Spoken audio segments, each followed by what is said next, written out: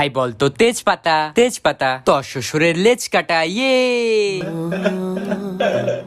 ভাই বলতো হলদি হলদি, তোর বিয়ে জলদি ইয়ে। ভাই বলতো সিম্পল সিম্পল, তোর মুখে পিম্পল ইয়ে।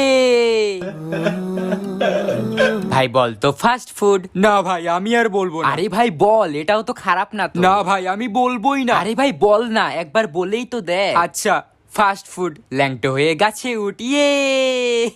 বাবু এই বাবু। হ্যাঁ মা কি হয়েছে? তুই তোর বই খাতা এভাবে খুলে রেখে কোথায় গেছিলি রে? মা আমি টয়লেটে গেছিলাম। বই খাতা এভাবে খুলে রাখা যায় না, তুই জানিস না? কেন কি হয়? বই খাতা এভাবে খুলে রাখলে ভূত এসে পড়ে যায়, তারপর আর পড়াশোনা তোর মাথায় থাকে না। ও মা তাই নাকি? হ্যাঁ মা, তাহলে আমি কালকের থেকে স্কুল যাওয়া বাদ দিয়ে। কেন? আর টিউশন স্যারকেও বলে দিই কালকের থেকে না আসতে। এ মা কেন? কারণ আমি যতদিন আমার বই খাতা খুলে রেখে দিয়েছিলাম, সেই হিসাবে তো ভূত এখন অনেক শিক্ষিত হয়ে গেছে, তোর কাছেই পড়ে নেবো।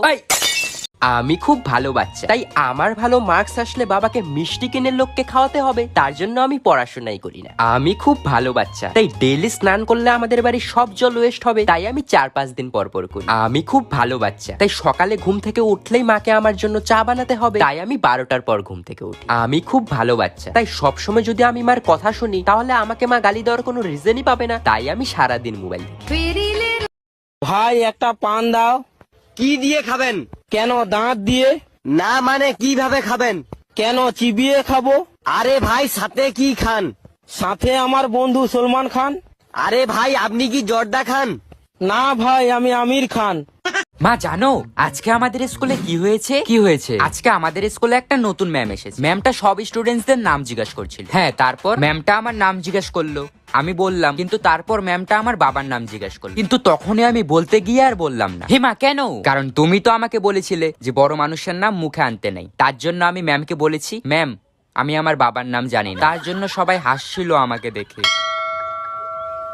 তোকে নিয়ে না আর নাই মামার চেয়ে কানা মামা ভালো, দুষ্টু গরুর চেয়ে শূন্য গোয়াল ভালো। কুত্তার সাথে কুত্তা হলে চলবে না, যে যেমন তার সাথে অমনি করতে হয়। কপালে যা লেখা আছে তাই হবে, কপালে লেখা থাকে না, কপালে লিখতে হয়।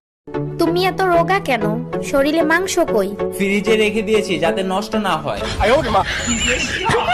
ওমা বলছি কোচিনে রাহুলের জন্মদিন, তুমি 100 টাকা দাও না, সবাই দিচ্ছে। না কোনো টাকা পয়সা আমার কাছে নেই। দাও না, একবার তো বললাম নেই। তোকে তোর কত খরচা জানিস? হ্যাঁ তোর পড়াশোনার খরচা, তোর টিউশনের খরচা, তোর স্কুলের খরচা, তোর বাবার খরচা, বাজারের খরচা, সংসারের খরচা। 1 টাকা আমি কোথা থেকে পাবো? তোর বাবা কত মাইনে দেয় আমাকে? না না আমার কাছে নেই। আচ্ছা ঠিক আছে, তাহলে ইকো পার্ক রবিবার আমরা ঘুরতে যাবো, তখন টাকা দিও। আবার ইকো পার্ক? না না না না, অত তোমার অত ঘোরা তো না কিসের? এই মধ্যবিত্ত ঘরে আমার ঘোরা কিসের? না অত ঘোরা নেই। তুমি ঘুরতে গেলে তোমার বাবার কাছে টাকা চাইবে, আমার কাছে টাকা চাইবে না, তোমাকে আমি আরেকবারও বলে দিয়েছি। A few moments later. বাবু দেখ তো, এখানে একটা হারের সেট রয়েছে আর 3টে শাড়ির সেট রয়েছে, অর্ডার দিয়ে দে তো।